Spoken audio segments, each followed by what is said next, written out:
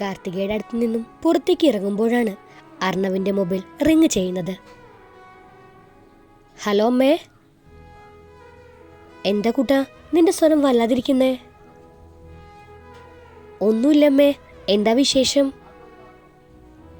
കുട്ടാ നീ ഒന്ന് വീട്ടിൽ വന്നിട്ട് പോ. വരാം, ഞാൻ ഇറങ്ങാൻ നിൽക്കുക. സൂക്ഷിച്ചു വരണേ കുട്ടാ. അമ്മ ഫോൺ വെച്ചപ്പോ അർണവ് ഒന്നുകൂടി അനൂപിനെ വിളിച്ചു. കാർത്തികയുടെ റിപ്പോർട്ട് വിളിച്ചറിയിക്കണം.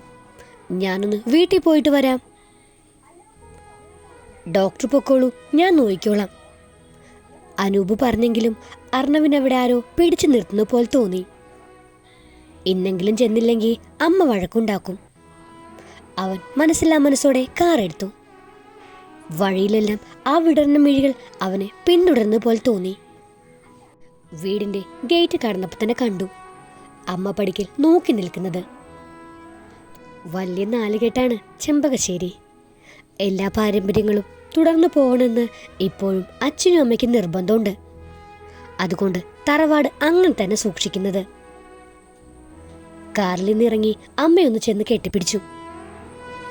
എന്റെ കുട്ട, ആകെ ക്ഷീണിച്ചല്ലോ നീയേ. അതമ്മയ്ക്ക് തോന്നതാ, 2 ദിവസമായി നന്നായിട്ട് ഉറങ്ങിയിട്ട്. ചിലപ്പോ അതുകൊണ്ടാവും. അർണവ് ചിരിച്ചുകൊണ്ട് അമ്മയെ ചേർത്ത് പിടിച്ച് അകത്തേക്ക് നടന്നു. എന്റെ കുട്ട, നിനക്ക് ഈ താടിയും മുടിയൊന്ന് വെട്ടി ഒതുക്കിക്കൂടെ? എന്റെ അമ്മ നന്നായി ഫുഡ് കഴിച്ചിട്ട് തന്നെ കാലങ്ങളായി, അപ്പോഴാ താടിയും മുടിയും. കുട്ടൻ വേഗം കുളിച്ചിട്ട് വാ, അമ്മ കുട്ടന് ഇഷ്ടപ്പെട്ട ചപ്പാത്തിയും കുറുമയും ഉണ്ടാക്കി വെച്ചിട്ടുണ്ട്. അവൻ റൂമിലോട്ട് നടക്കാൻ തുടങ്ങുമ്പോ കേട്ടു, ഹോസ്പിറ്റലില് നിനക്ക് ഇത്ര തിരക്കാണോ? ഇങ്ങോട്ട് വരാൻ പോലും സമയമില്ലാത്തതുപോലെ. അച്ഛന്റെ ഗാനഗാംഭീര്യ ശബ്ദം. കുറച്ച് തിരക്കുണ്ടായിരുന്നു. അവൻ അമ്മയൊന്ന് നോക്കിയപ്പോ അമ്മ കണ്ണടിച്ച് കാണിച്ചു. ചെറുതിലെ മുതൽ അമ്മയോടാണ് അടുപ്പം. അച്ഛൻ ഗൗരവത്തിലല്ലാതെ ഒന്ന് സംസാരിച്ചതായിട്ട് ഓർമ്മ പോലും ഇല്ല. അവൻ ഫ്രഷായി വന്നപ്പോ അമ്മ ഫുഡ് എടുത്തു വെച്ചിരുന്നു. അമ്മയുടെ ചപ്പാത്തിയും കുറുമയും, എന്താ രുചി! ഇത് കഴിക്കാൻ വേണ്ടിയാ ഈ രാത്രി ഞാൻ വന്നത്. അപ്പോ അല്ലാതെ എന്നെ കാണാൻ വന്ന അല്ല. അമ്മ മുഖം വീർപ്പിച്ചു. എന്റെ പൊന്നെ പാറുക്കുട്ടി, പിണങ്ങാതെ. എന്റെ അമ്മക്കുട്ടിയെ കാണാൻ തന്നെ വന്നേ. അച്ഛൻ കഴിച്ചായിരുന്നു? അത് പിന്നെ എല്ലാ ദിവസവും 7 മണിക്ക് തന്നെ കഴിക്കും, നിനക്കറിയാലോ. ഇങ്ങനെയുണ്ടൊരു ടൈം ടേബിള്, അമ്മ എങ്ങനെ സഹിക്കുന്നു? അവൻ കളിയാക്കി ചോദിച്ചു. കുട്ടാ വേണ്ട. അമ്മ അവന്റെ ചെവിക്ക് പിടിച്ചു. 1-2 തവണ അമ്മയെ നോക്കിയപ്പോ അമ്മ ചോദിച്ചു, കുട്ടാ നിനക്കെന്തെങ്കിലും അമ്മയോട് പറയാനുണ്ടോന്ന്? ഒന്നുമില്ലമ്മേ, അവൻ എഴുന്നേറ്റുകൊണ്ട് പറഞ്ഞു. ഞാനൊന്ന് ഉറങ്ങട്ടെ കേട്ടോ, ബാക്കി നമുക്ക് നാളെ പറയാം. കണ്ട് കൊതി തീർന്നില്ല. നാളെ നേരം വെളുക്കും മുമ്പേ കുട്ടം പോകുമെന്ന് അമ്മയ്ക്ക് അറിയാം. അവർ മുഖം വെട്ടിച്ചു. ഇല്ല, നാളെ അമ്മയുടെ കയ്യിൽ നിന്നും ബ്രേക്ക്ഫാസ്റ്റ് കഴിച്ചിട്ട് ഈ കൂട്ടം പോവും. പോരെ? അവൻ അമ്മയുടെ കവിളിൽ ഉമ്മ വെച്ചുകൊണ്ട് പറഞ്ഞു. റൂമിൽ വന്ന് കട്ടിലിൽ കിടക്കുമ്പോ പിന്നെയും മനസ്സിലേക്ക് ആ മിഴികൾ തിരിച്ചു വന്നു. അനൂപിനെ വിളിച്ചു നോക്കിയപ്പോ കുറച്ച് ബെറ്റർ ആയിട്ടുണ്ടെന്ന് പറഞ്ഞു. അത് കേട്ടപ്പോ സമാധാനം തോന്നി. കണ്ണുകളെ ഉറക്കം തഴുകുമ്പോ ആ മിഴികൾ അരയിൽ തന്നെ ഉണ്ടായിരുന്നു. രാവിലെ എണീറ്റപ്പോ കാർത്തികയുടെ വെന്റിലേറ്റർ മാറ്റി സ്റ്റേബിളായി എന്ന് മെസ്സേജ് വന്ന് കിടപ്പുണ്ടായിരുന്നു. കണ്ടപ്പോ ഒരു സന്തോഷം തോന്നി. വേഗം റെഡിയായി താഴെ ചെല്ലുമ്പോ ഹാളിൽ അപ്പച്ചിയും ചിറ്റപ്പനും ഇരിക്കുന്നത് കണ്ടു. അർണവ്, നീ വന്നിട്ടുണ്ടെന്ന് പാർവതി പറഞ്ഞതുകൊണ്ട് വന്നതാ ഞങ്ങള്. അപ്പച്ചി ചിരിച്ചുകൊണ്ട് പറഞ്ഞു. ഹോസ്പിറ്റല് എങ്ങനെ പോകുന്നു?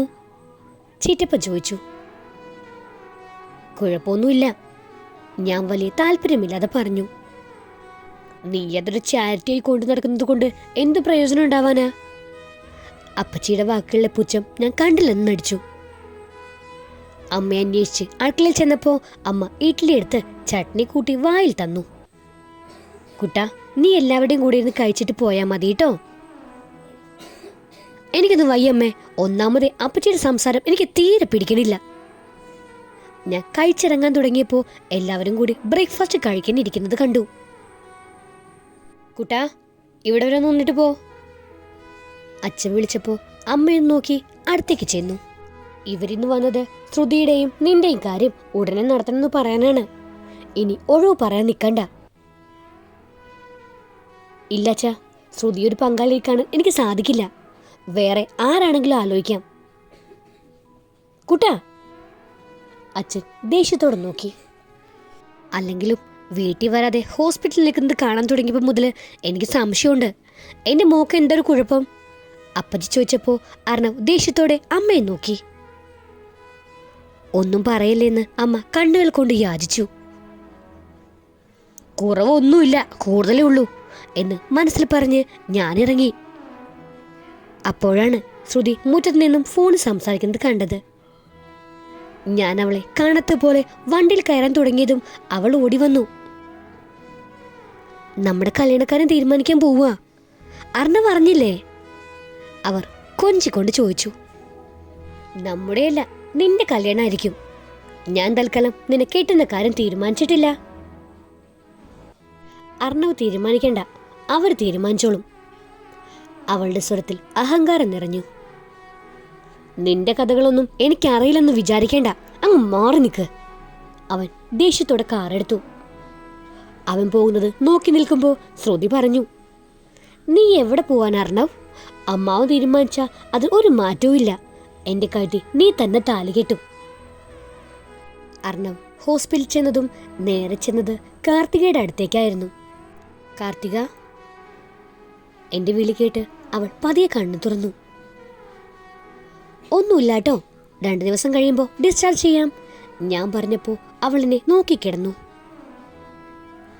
സാരമില്ലടോ, പക്ഷേ മരിക്കാൻ ശ്രമിക്കുന്നത് തെറ്റാട്ടോ. ഇനി ഈ മണ്ടത്തരം ചെയ്യരുത്. അവളുടെ കണ്ണുകൾ നിറഞ്ഞൊഴുകുന്നത് കണ്ടപ്പോൾ എന്തോ മനസ്സിന് വല്ലാത്ത വിഷമം തോന്നി. ഗുഡ് മോർണിംഗ് ഡോക്ടർ, അനൂപ് കയറി വന്നോണ്ട് പറഞ്ഞു. ഞാൻ അനൂപിന്റെ കയ്യിൽ നിന്നും റിപ്പോർട്ട് എടുത്തു നോക്കി. റൂമിലോട്ട് മാറ്റിക്കോട്ടോ, ഞാൻ പറഞ്ഞപ്പോൾ അനൂപ് മടിച്ചെന്നെ നോക്കി.